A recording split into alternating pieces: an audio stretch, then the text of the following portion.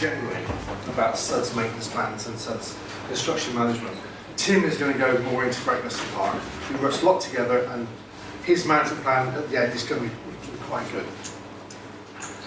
Interesting what Luca said, perhaps we better put up the commuted SuDS for maintenance if they're making so much money on SuDS, using SuDS. They get off cheap. Right. Okay.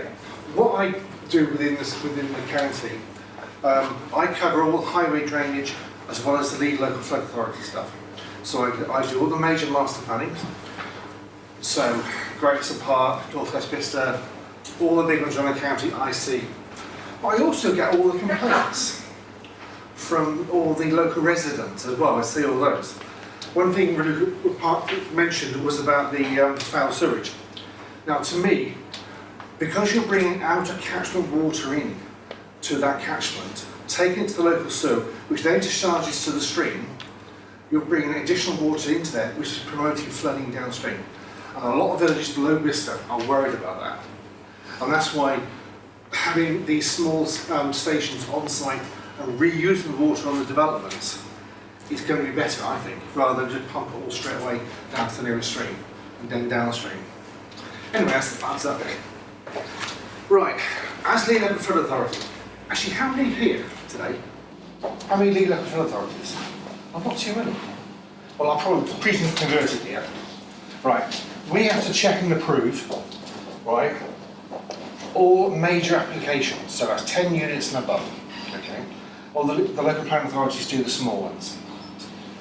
As part of the application, which you'll get as pre-app or final, we'll see the flood risk assessment. Within those, often we'll see the SuDS maintenance plans. It'll be two strips, 2 lines on 2 sheets of paper or something, you know, very minimal. It winds me up.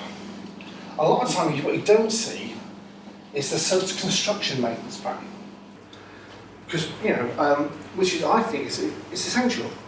Now, with any SuDS on a site, first thing to do, in go major infrastructure. Then the major SuDS goes in, big ponds.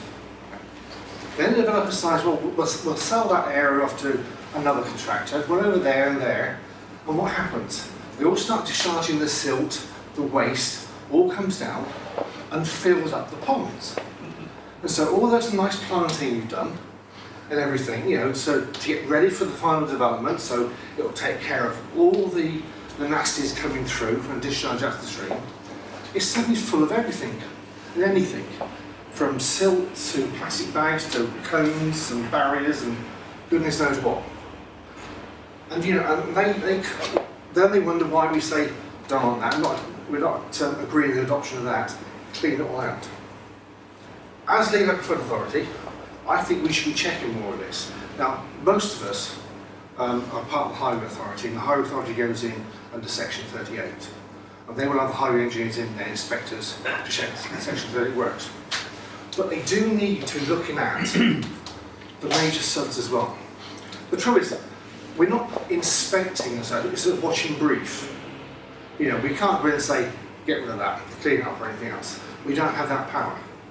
Why can we charge them money, the developer, for doing it? But we don't have, we can just go and say, well, if you carry on like that, it ain't going to be adopted, ain't going to get approval.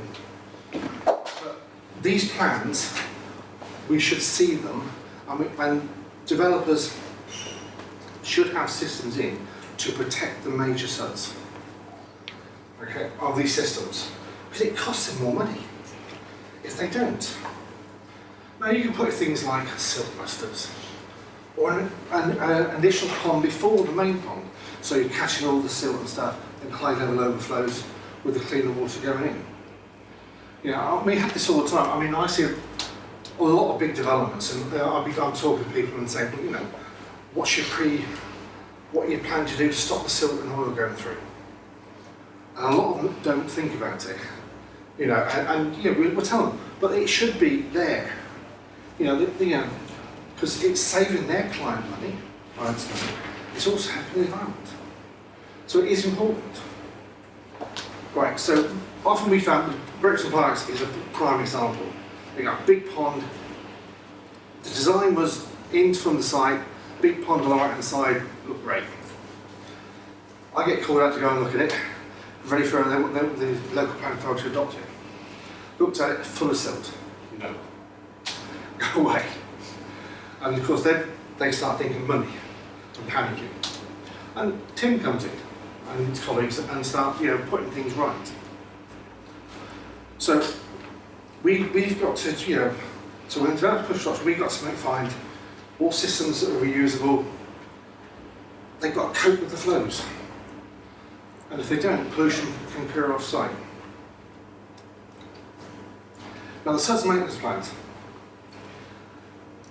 when it's a 2-page bit of the FRA, now to me a SuDS maintenance plan has got to be a separate document. Okay? Because a lot of these developments will go from 10 units upwards. And you've got to be able to take that document and say, here you are, Mr. Subcontractor. This is what I want you to do. Price it for me and do it. I'm afraid they don't all read a serious document 1,000 pages. If it's a local firm, you say, have you read that? What's that? They're local gardeners, they know what they want, but you've still got to tell them what to do. Because you are responsible. You have the local chap in there who'll be mowing the swales, or a small little digger, and they could be the residents of the development. They can be the management company. Because they're putting the money in to pay for it, so they can do it themselves. We've got several of those around the county, one major one, where all the residents are the management company. They put the money in, and they manage, or they get somebody in to do it, or they do it themselves. But they need to know what to do, and where to do it. So it's got a standalone document. Should include a plan of the site, all the SuDS on it. What SuDS are on the site, where they are, what type of maintenance they require, how they should be maintained. As a designer, you're responsible for making sure your design is done properly. And so therefore you've got to tell the subcontractor what to do, how to do it, when to do it. And when I see them, I'll refer to serious SuDS manual, that's a load of rubbish. That's not, they won't read it. You've got to tell them it's got to be a standalone document. Be able to give to them and say, here it is, price it for me, which is what your developer's going to do. They'll give you the price, then know exactly what machinery they need, how to do things, and what they're pricing. The other thing I hate is cut and paste. Now I'm sure we've all seen that. All of a sudden there's swales on a city site in the middle of town, there's not a swaling site on the development. Because they haven't taken it out. That winds me up. You goes sense back, do it properly, But okay, I can understand why they do it. They're these consultants, tight budgets, tight times to do it, and they get moaned up. They don't get much money to do it. I know, but if you can't, and it gets me. It's designed by, checked by. No, what's the check by? They want us to check it, and we're doing it for nothing. We don't get paid, we're statutory consultee to the LPA, we don't get paid for this at all. If we'd been in the SAB, we'd have charged, we'd got money for doing it. But we've got to do it for nothing. Which again is a bit of all, I suppose. Especially when we're doing half the work for them. Okay. Right, on the layout plan, all SuDS should be labelled properly. Because sometimes you'll have various swales, bioretention gardens, and you want different types of maintenance done to them. The swales may have different plants in, so you want different cuts.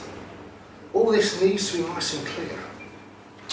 The ponds, you may want a third cleaned every year or something, or you've got special planting in, or whatever. It has to be labelled up properly. And Tim will tell you, I've moaned about plans and stuff. Right, these also been stated clearly with sizes and lengths. How can we price up for doing a mow and a swale when a swale can be 5 metres wide, it can be 3 metres wide? And the plan doesn't show that. So small sections on, or give them the length, the width. Can't price properly.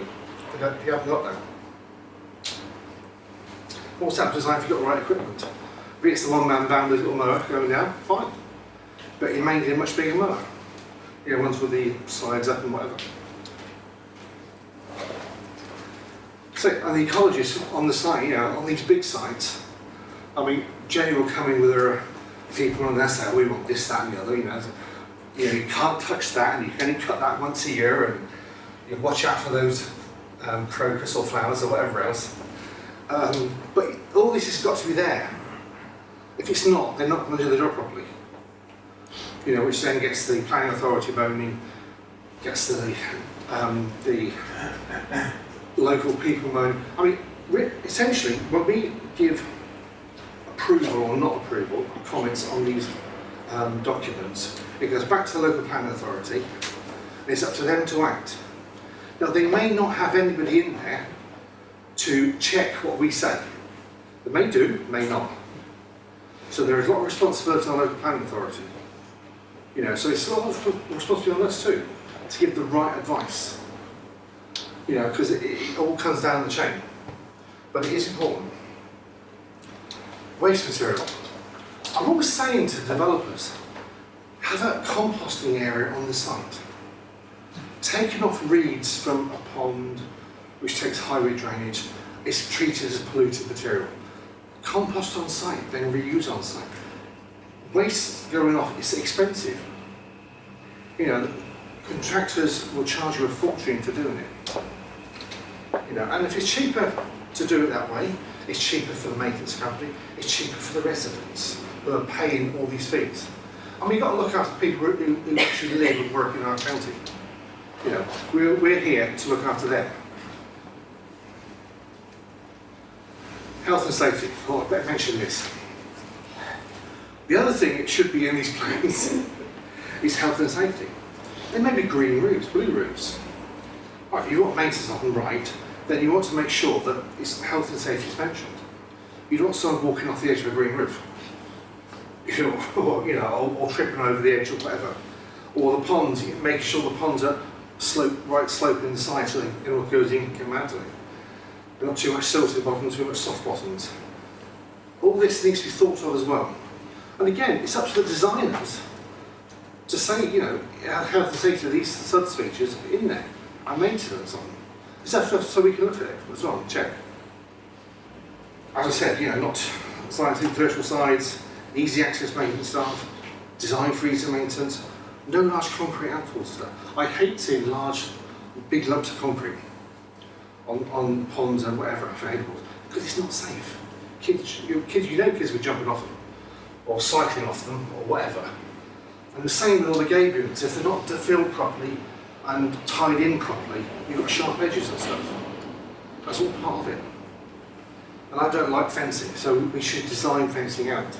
Put fencing, kids are climbing it. They're jumping off it, hurting themselves. Then who's going to get fault? Then it's broken, half broken, repair it. It's a nightmare. A couple of pictures to finish off with. I'll probably go on too quick anyway. Porous paving, over the edge drainage.